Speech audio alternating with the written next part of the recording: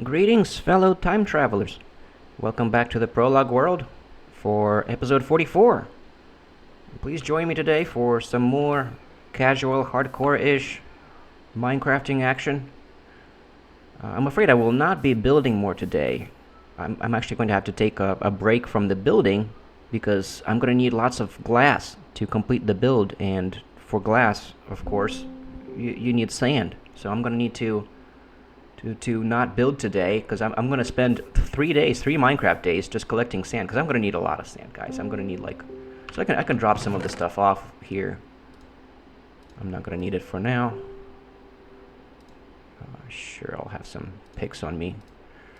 I'm going to need a couple more shovels for the sand.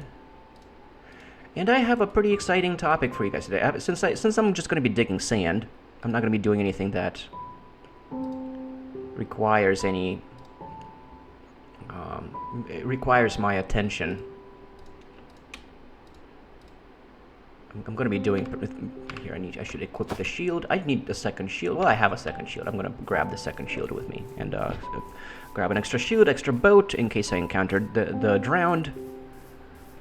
Lots of drowns with double drowned with tridents. That's what killed me the first time. I don't want that to happen again.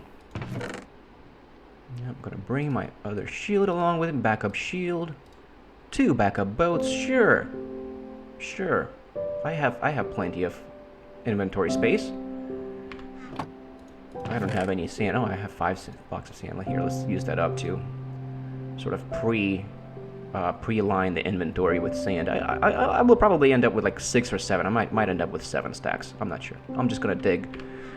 Just dig for the entire episode. I'm gonna dig today. I'm gonna dig some sand. And while I talk to you guys about an exciting topic, I have exciting things to talk to you guys about today. I'm gonna attempt at maintaining a bit of a commentary, a bit of an intellectual commentary for a change. It's been a few episodes since I did that, because I've been building, and while I'm building I have to focus on building, because it's very hard to focus on what I'm saying while I'm building at the same time. I have a hard time doing those things at the same time. But today I'm just going to be digging dirt, so it's a great opportunity to talk to you guys. I heard a zombie sound. To talk to you guys. I already have the shield equipped. That's good. I'm all prepared to have to fight things off just in case. The pathway to the Trident Lake, as I call it, it's a bit dangerous. I still haven't really secured this forest very well. I'm gonna need to do that at some point. But I always exercise some caution while heading down to the Trident Lake. I'm gonna call this lake the Trident Lake because I got impaled by the drowned over here in this lake with tridents. So that's why it's called the Trident Lake. The drowned appear to be very common in this lake for some reason. I'm not sure if it's because it's like a river biome. Actually, I don't think it's a river biome. I think it's like an. Here, let's check. It's just out of curiosity, just real quick. It won't take long. Let's just see what kind of biome this is. River. It is a river biome. Okay, so it's classified as a river biome. It's not an ocean biome. And I think in river biomes, the drowned actually spawn perhaps more frequently than in ocean biomes, and perhaps because there's so much water, it's so deep, so there's a lot of space for them to spawn. I'm not sure what the mechanics are entirely, but there's some reason why they seem to spawn a lot around this area. I'm gonna keep my boat on hand. Oh, I forgot to bring doors. That's alright, I'm not gonna go all the way back to bring doors. Let's just pitch a little temporary crafting table over here. I need doors.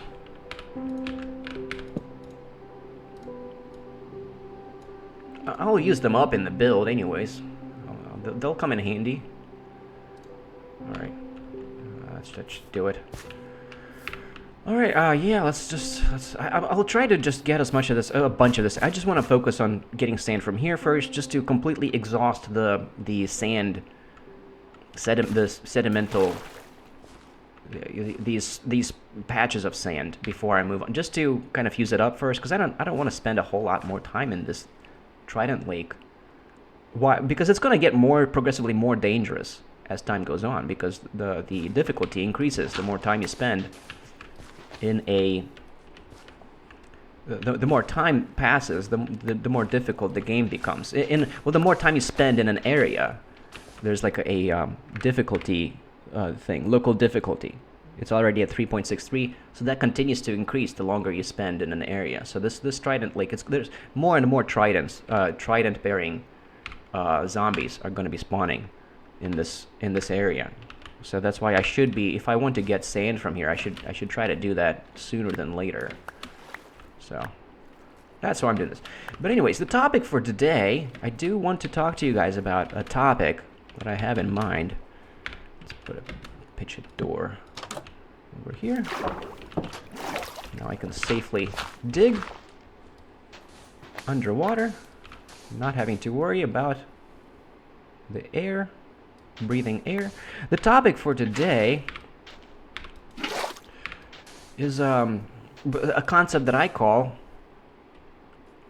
what did I call it? Deterministic providence. I had to look it up. I have it written down. Forgetting what I'm talking about already. Deterministic providence, as opposed to divine providence. Well, it's kind of related to the concept of divine providence. I mean, the concept of divine providence, I don't really use that term properly. It's not really what I have in mind is not really what that concept technically is. I mean, the thing that I call divine providence, that I talk about as divine providence, for lack of a better term, I call divine providence this effect that I observe in religious people, that I think religious people, especially like fairly successful religious people that are doing fairly well, but even not entirely successful religious people, tend to gather the sentiment, tend to think that because they're so religious and they pray a lot, that their impulses are divinely warranted. That the reason they feel like doing what they feel like doing is because that's what God wants them to do, because they feel like they're being divinely guided by the Almighty, and that's why they are inclined to do some of the things that might not seem entirely kind. And, if they were to think about that, to think about kindness, especially within Muslim culture, vindictiveness is kind of it's kind of considered to be sanctioned by Muslim faith, that like if you feel like you've been wronged, then then God would want you to vindicate yourself and to retaliate. I'm not sure to what extent I'm sure it's not like all Muslims practice this and all Muslims feel that way. So I'm not trying to water. I'm just trying to make sure that everything is waterlogged as I'm doing this. Why is that block not going up? There we go. I'm also watching out for any zombies. So yeah, I do get the impression that religious people, very strongly religious people, tend to live with the sense that their bad behavior is ordained, is divinely ordained, and that's what I refer to as divine providence. That's the sense that because you pray so much and you're such a religious person, that God not only will forgive you for your bad behavior, because you're going to go to church and ask for forgiveness and pray, but also that God guides you, God leads you. The reason you're inclined to do unkind things is because... Is it dark? Is it getting dark? It is getting dark. Oh, that's not good. Let's go ahead and sleep over here before the zombies come. It's really a bit dangerous already. I think I'm good, though. I think I'm good.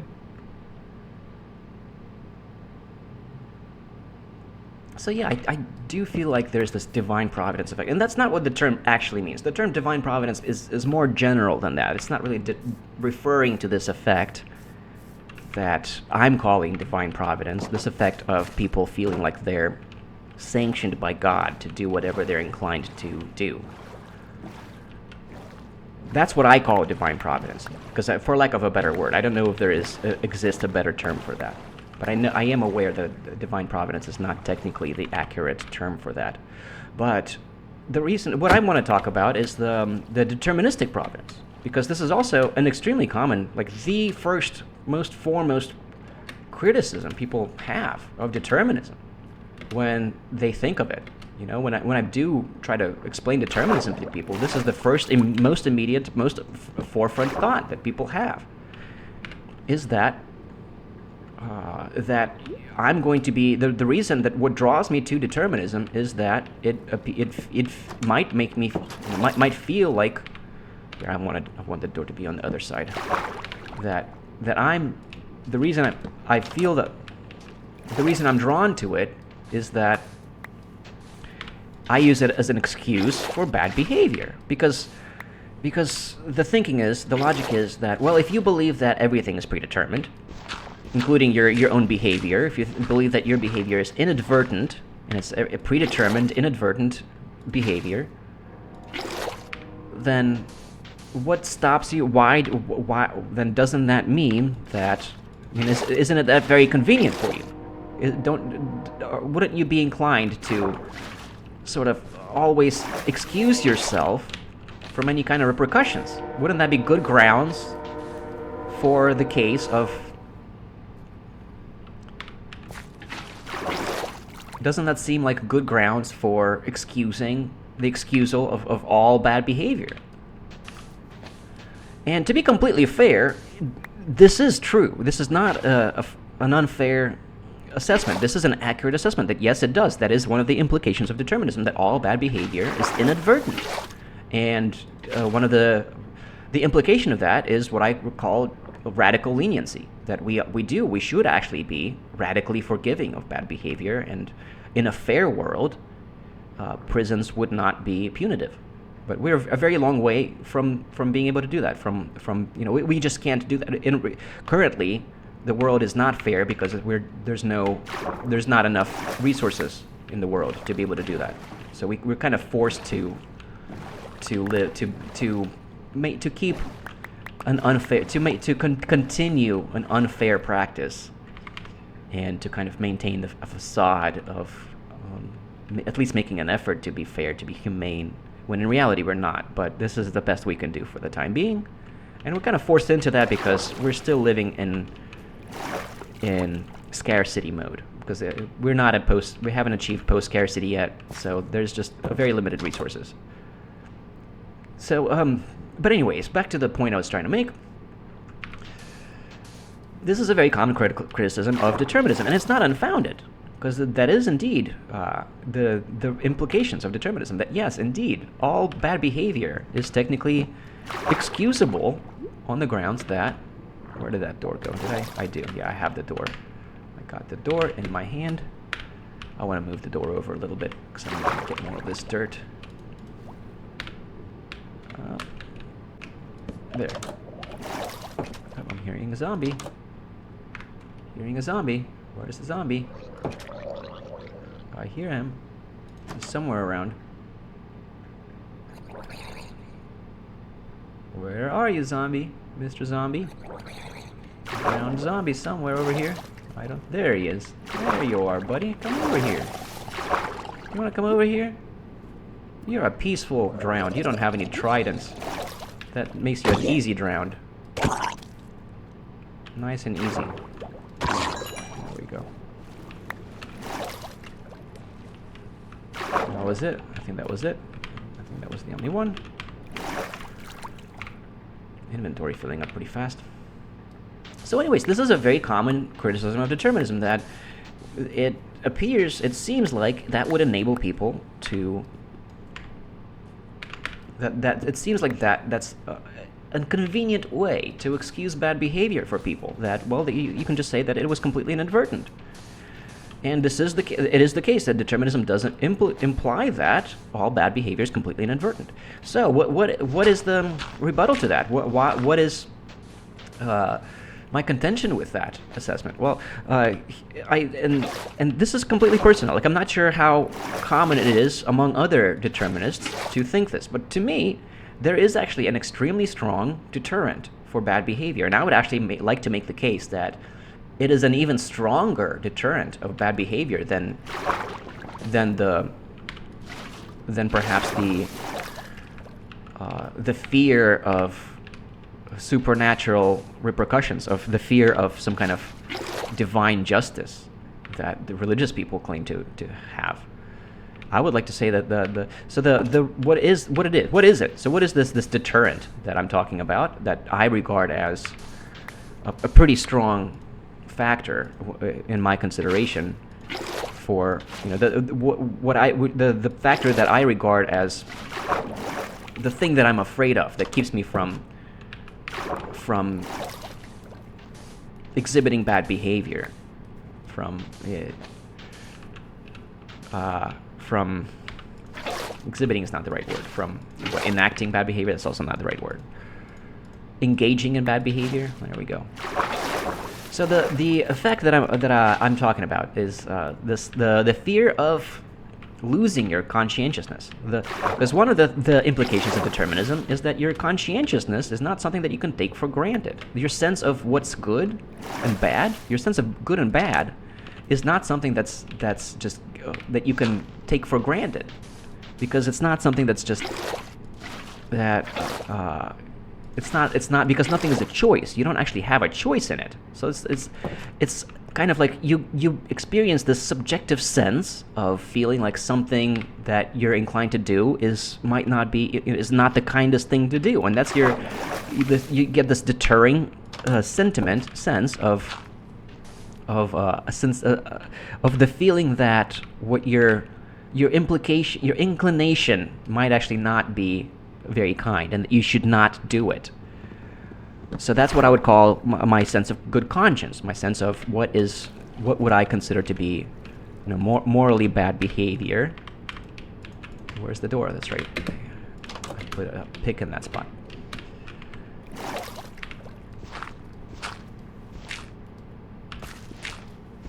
So yeah, I do experience that sense of my conscience telling me that, hey, this is actually it's not the kindest thing. And sometimes I give into it. Sometimes I give into bad behavior, not realizing it. Just out of impulse, I get impulsive sometimes, and I catch myself doing things that I later regret doing because of this. Because it occurs to me later, after I already do something that I kind of regret, it occurs to me later, because my good conscience tells me that, you know what, that was actually not the right thing to do. You shouldn't have done that. And then after that, I'm inclined to try to make up for my bad behavior, try to do something to... I just want to see all of these blocks floating upwards. That's how I'm making sure that everything remains waterlogged. I do want everything to be waterlogged down here. All right, let's go ahead and collect all of the sand from the top before any of it disappears. Whee! So, what keeps me from engaging in bad behavior? Why do I still have this sense of conscientiousness? And the reason why is because I'm deeply afraid of losing it. Because I recognize that I can't take it for granted. That it's not because I don't have a choice in whether or not I actually have these feelings or not. I consider myself lucky to have this sense of knowing, of having the sense of being able to tell that, that sometimes I'm inclined to do things that are not very kind, that are not the right things to do. And I recognize that this is completely biological. Like, it's not like I don't take for granted the idea that I just have the free will to not do those things, that I can always make the decision not to do it. No, you might be inclined to do bad behavior, to engage in bad behavior. And when you're not inclined to engage in bad behavior, well, that's something that's also biological. There's a part of your brain that's responsible for doing that, for granting you that wonderful perception of your better conscience. And the deterministic implication is that you can't take it for granted, that it's entirely biological. And the implication of that is that it's a behaviorist implication, meaning that the more you engage in it, the more you utilize that biology, the more you utilize that sense of right from wrong, that if you don't utilize it, you might lose it, because it works like a muscle. It's something that you have to exercise it's something that if you don't exercise, it might atrophy. It will atrophy without use, in disuse. And I'm very strongly afraid of that happening. I don't want to find myself not being able to, without that sense of feeling like I've done something wrong. I regard that sense as extremely important, oops, that's a boat. I meant to put a fence post there. I didn't bring any fence with me. Darn it, that's not good. You should always have fence on you. That's all right, I'm out of inventory. I'm not gonna make a fence right now. Oh, no, 6, I want that on 6, there we go. All right, let's get back to it. So, yeah, I do believe that this is actually a stronger deterrent than the fear of some kind of consequence. Because the thing is, if you believe that your inclinations are divinely sanctioned, well, then you're not going to have the fear of repercussions, of divine repercussions. You're going to feel like, well, this is what God wants me to do. Since I feel like doing something vindictive or doing something that's not the kindest thing to do. Here's the thing: it might seem subjective, but it's very strong. Like we have a very reliable sense of, like, if we were to ask ourselves, is this the kinder thing to do, as opposed to some other thing that we might, like, if we were like we have the in a deterministic sense of the word, we have the choice, meaning we have the liberty to do for a variety of different actions we might take, right? So we have the capacity to recognize certain actions as being more kind than other actions. And if you believe yourself to be divinely sanctioned, if you believe that your actions are condoned by a supernatural, a super powerful being such as God, well, then you're not going to be worried about the repercussions. So I think you're going to be less worried about it. And if you believe in free will, you're going to take it for granted that you will always have the capacity to do the kinder thing in the future. So you'll excuse yourself for now and do the thing that you're inclined to do, perhaps out of an egotistic sentiment of just wanting to feel like you're the better person, and out of vindictive sentiment, perhaps just as a retaliation for something, or just to feel like you're a winner, to feel like to feel like you're better than someone. That's the egotistic urge, is the craving to feel like you're superior. And that I do feel like that's very commonly what drives people to engage in bad behavior. Why is that block not going up?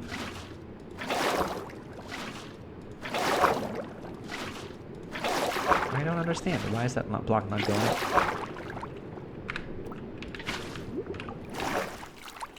I believe that I've placed multiple water source blocks on that now. Why is that block? There we go. That's what I wanted to see. It gets tricky sometimes just to make sure that everything is waterlogged. I could have just broken down, this block. That will also, because that will enable the water to go through to naturally form source blocks. Right. I don't have. This didn't produce much sand. I need more sand. This is only 5 stacks of sand. I kind of need more. Here I can make this into sticks. There we go. I might have to do this for another freaking day because it's already been 3 days. And I'm still over here talking, still making my case. So yeah, I would say that it's stronger, that my sense of biological, the fear of losing your good conscience is a very strong deterrent to exercise your sense of what the kinder thing to do is, to exercise your better conscience.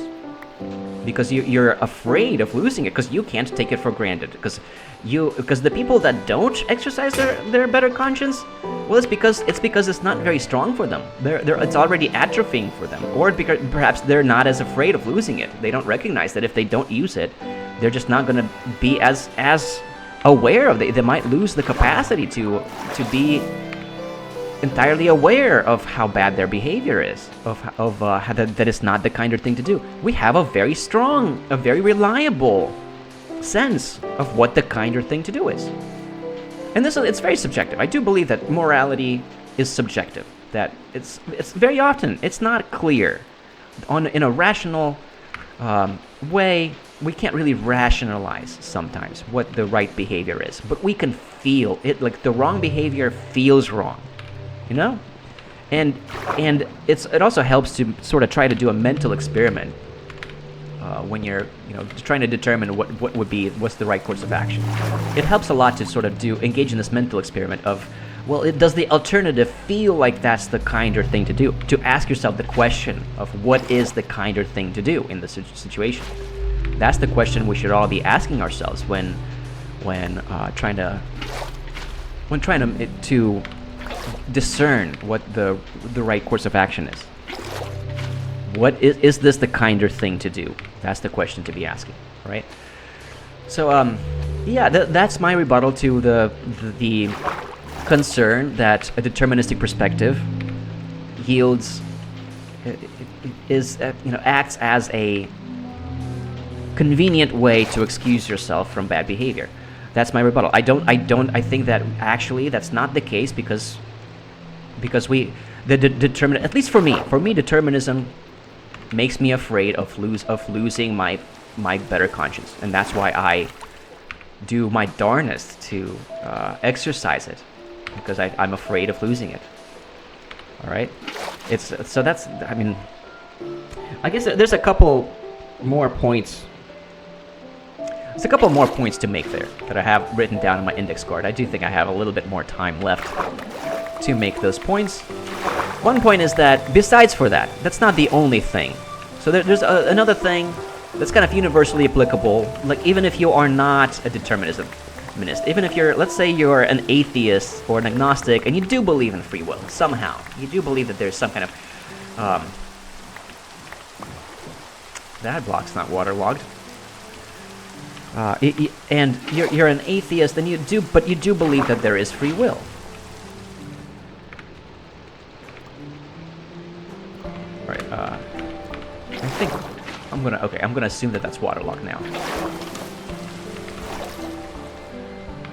So there is another deterrent that is kind of universally applicable for religious and non-religious people, and that's the fear of social stigma. There's always the fear of social stigma for engaging in bad behavior, because eventually people will catch on that you're kind of an asshole, right? If you repeatedly do asinine things,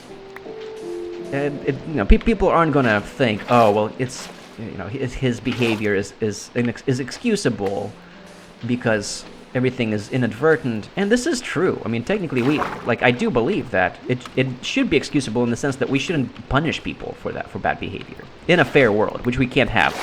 We don't have the resources for that. But in a fair world, in the future, we shouldn't be punishing people anymore for bad behavior.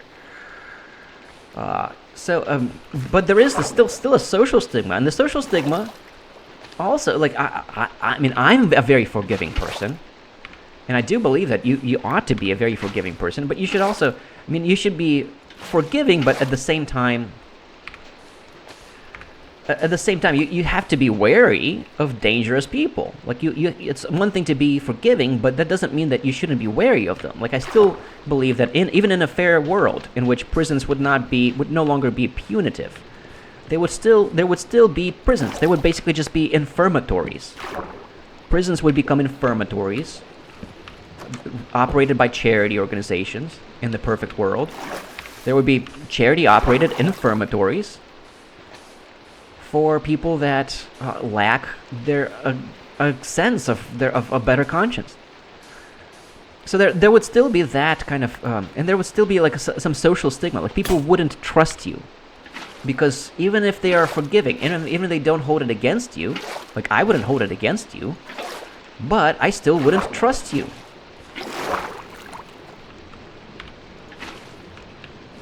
So there is still that deterrent. That is still very much... Oh, that's it. I'm out of shovels. Well, I think I might... I know I'm very close to running out of time. It might be very close. I think I have enough time for like one more shovel to try to get one more stack of sand going. I think I might have just enough time for that. Oh, well, is this already enough? This might actually already be enough.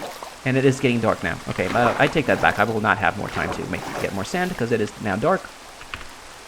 Yeah, that's close enough. Let me go ahead and sleep over here. Sleeping in the rain, unfortunately. I'll sleep over here where it's like underneath the tree. There we go. There's a little bit of a light. Yeah, let's sleep real quick. And then that's it. That was 3 days. I gotta wrap it up. I think I actually have enough time to make it a full stack. I think I have. Yeah, we're at 43, so let's just gather some of this easy surface. Well, actually, I need to collect this door. Collect some more of this. All right, we're at 43. That's 44, 45, 46, 47. 48, 49, 50, 51, 52. There we go. 53. Oh, let's move the door. I like going from the bottom up with these sand. Oops. With the sand, just because it's more difficult to get the stuff on the bottom. And I lost count. And that's it. I lost count. And all of that should get waterlogged. No?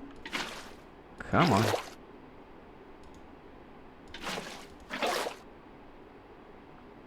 There we go.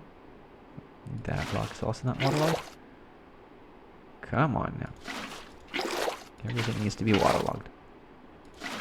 I hope all of this is waterlogged now.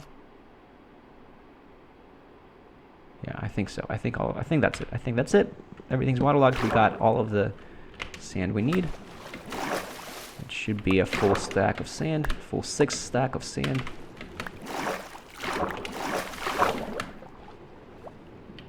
The trick to the swimming, if you have pressed push to activate on your crouch, because I don't have hold to activate. I have it, I press the Alt key once. I have it mapped to the Alt key. Oh, I need one more block of sand. There we go. The trick is to just always remember to press it twice so that you disactivate it every time you take a dive. That's the thing to practice if you have a press to activate crouch. So yeah, there is the social stigma, and that's universally applicable. Even if you do believe in free will, you don't want to be regarded as an asshole, and the religious people will say that, well, you can get away. So if that's your mentality, if that's the only thing that keeps you from engaging in bad behavior, well, you're still going to engage in it whenever it's convenient for you, whenever you can get away with it, whenever you can cover for it, right? So they will say that that's not a very strong deterrent, and they are completely right. That is not a very strong deterrent, and I do think that that atheists that believe in free will are cynical enough that many of them do engage in unkind behavior against their better conscience because they're not afraid of losing it, because they're not afraid of losing their better conscience. And they're not... Oh, man, there's 4 more blocks. 4 more. It's not a full stack. I failed. Darn it. I'm not going all the way back there just to get a full stack going. I'm going to burn up 4 of these with saplings is what I'm going to do. Just to be extremely compulsive. Just to burn all of the sand. I don't know. Well, it would be good to it would be good to have a little bit of sand just to as a placeholder, because I'm going to get more sand in the future. So yeah, that's what I should. I should just make that a placeholder. And do I have more? I think I have more clay somewhere. Yeah, I already have stacks of clay over here. All right, and then these boats can go back here. So yeah, I do agree with the religion people, with religious folk about the social stigma not being a very strong deterrent. It's not, and I do think that people do end up cynically getting away with things. But in my defense, I think a lot of religious people are also guilty of this. They will cynically engage in bad behavior because they get the impression that everybody does it. That, well, everybody lies a little bit, so it's okay to do that just to save face, just to, for the sake of maintaining the optics of being a good person, when in reality they cheat a lot. They cheat on their good behavior because they feel like they cynically think that everybody does it. And besides, God will forgive you if you ask for forgiveness. And that kind of sentiment, I think, actually, in many cases, for many people, I think, acts as an excuse for religious people to engage in bad behavior. That sentiment of feeling like you will always, like, you won't lose your sense of what's the kinder thing to do, because they believe in free will. They believe that you will always have the sense of what the kinder thing to do is. So they're not afraid of it atrophying on them like I am. And they will feel like God will forgive them.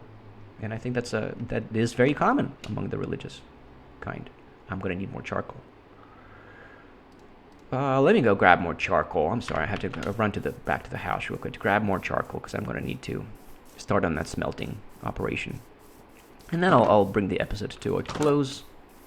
So yeah, I hope that this was I made a fairly good, fairly coherent. Where's my charcoal? Fairly coherent case.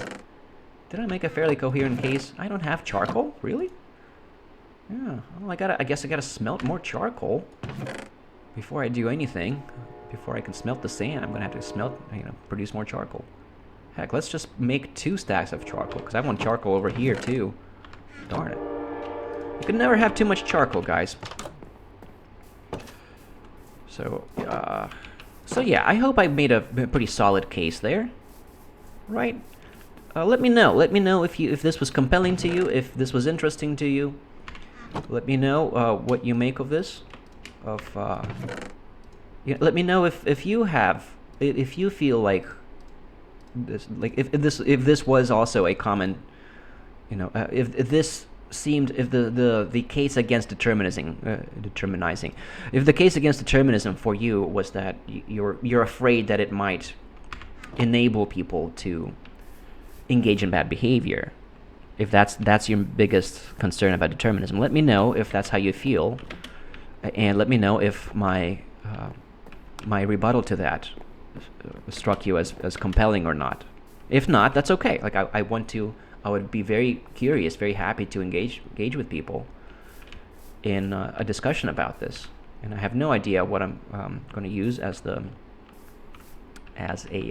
thumbnail for this. I'll use some shots of where I was collecting the sand. It's already the end of day 4. Jesus, time's going way too fast. 132. Where is it supposed to? Yeah, it's supposed to be 131 days played and end of the third day.